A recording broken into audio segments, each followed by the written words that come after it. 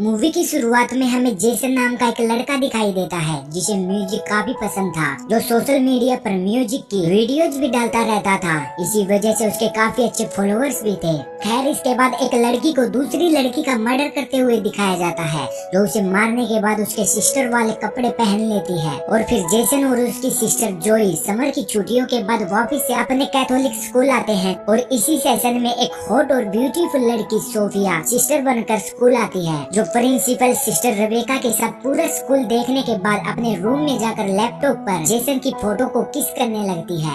Sophia ऐसा क्यों कर रही थी ये हमें आगे देखने को मिलेगा। और फिर स्कूल स्टार्ट होने के बाद सोफिया क्लासरूम में जाती है। ये वही क्लास थी जिसमें जेसन और उसकी सिस्टर जोई पढ़ते थे। और इसी बीच जेसन की क्लासमेट सारा उससे बातें करने लगती है। सारा जेसन को लाइक करती थी, लेकिन जब सोफिया उन दोनों को देखती है तो उसे गुस्सा आता है और वो सारा को जेसन से अलग रहने को बोलती है, क्योंकि सोफिया भी जेसन को लाइक करती थी।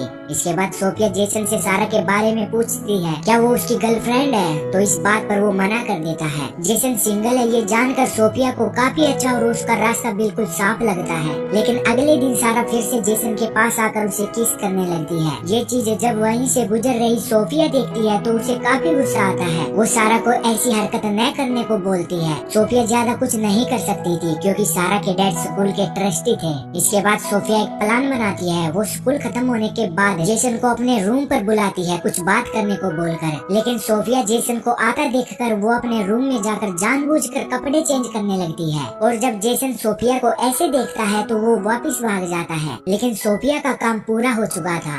और फिर रात को जेसन को हॉस्टल रूम में सोते हुए सोफिया के ख्याल सताने लगते हैं, जिसके साथ वो इंटीमेट हो रहा था। इसके बाद वीकेंड पर जेसन अपनी सिस्टर के साथ घर जाता है तो सोफिया भी सिस्टर रेबेका से छुट्टी लेकर उसका पीछा करती है। और जब रात को घर के बाहर बैठे जेसन के पास सारा का कॉल आता है तो इससे सोफिया को काफी गुस्सा आता है, क्योंकि एक सारा ही थी जो उसके और जेसन के बीच आ रही थी। और तभी सोफिया डिसाइड करती है कि वो सारा को स्कूल से निकलवा देगी। वो सारा के रूम में जाकर उसकी बुक में ड्रग्स रखकर अगले दिन उसे पकड़वा देती है, जिस वजह से सारा को स्कूल से निकाल दिया जाता है। इसके साथ ही सोफिया पूरे हॉस्टल की भी चेकिंग करवाती है, क्योंकि उसने जेसन के रूम में भी एक वाइन की बोतल रखी थी। और जब उन्हें वो बोतल मिलती है तो प्रिंसिपल भी उसे सजा देने वाली थी, लेकिन सोफिया अपने प्लान के मुताबिक उसकी पहली गलती बताकर उसे वीकेंड में स्कूल की क्लीनिंग में हेल्प करने की छोटी सी सजा दिलवाती है, ताकि जेसन उसके पास रह सके। और फिर दिखाया जाता है कि स्कूल आने से पहले सोफिया ने सोशल मीडिया पर एक बार जेसन का सॉन्ग सुना था, जिसके बाद वो उससे अट्रैक्ट हो गई। और फिर उसे पता चला कि जेसन का स्कूल एक सोफिया नाम की टीचर को जॉब पर रखने वाला है। जिसके बाद वो सोफिया के पास पहुंचकर उसे मारकर उसकी ड्रेस पहनकर स्कूल में एंट्री लेती है।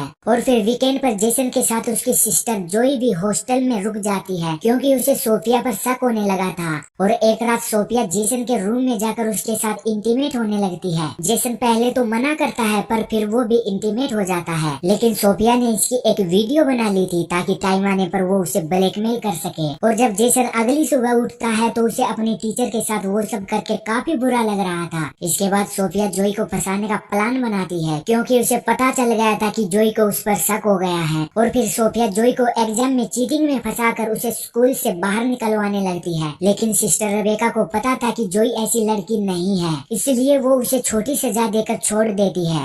और फिर वीकेंड पर जेसन सारा की नाइट पार्टी में जाता है, जहाँ सारा उसे किस करने लगती है। लेकिन जेसन को सोफिया के साथ इंटीमेट वाले सीन याद आने लगते हैं, तो वो बाहर आकर वाइन पीने लगता है। लेकिन इसी बीच उसे एक पुलिस वाला देख लेता है, तो वो उसे अरेस्ट करता। उससे पहले ही सोफिया जो उसका पीछा कर रही थी वो वहाँ पहुंचकर जेसन को पुलिस वाले से छुड़वा लेती है। और फिर उसे एक होटल में लेकर जाती है, जहाँ वो उसके साथ इंटीमेट होने लगती है। लेकिन अब जेसन को ये सब गलत लगने लगता है और वो वहाँ से भाग आता है। इसके बाद वीकेंड खत्म होने पर सारा स्कूल वापस आ जाती है, क्योंकि सिस्टर रेबेका का कहना था कि सारा ने पहली बार इतनी बड़ी गलती की थी तो उसे एक चांस तो मिलना चाहिए। सोफिया की एक न चलने पर वो जेसन को बोलती है कि वो सारा से दूर रहे, लेकिन अब वो उसकी नहीं सुनता। तो सोफिया सारा को ही मारने का प्लान बनाती है और फिर वो बाथरूम में नहा रही सारा को मार डालती है। जब पुलिस को इसके बारे में पता चलता है तो पुलिस भी उसे एक एक्सीडेंट ही समझती है, क्योंकि सारा ने वो काम बड़ी ही सफाई से किया था। लेकिन जेसन को लगता था कि सारा की मौत के पीछे जरूर सोफिया का हाथ है।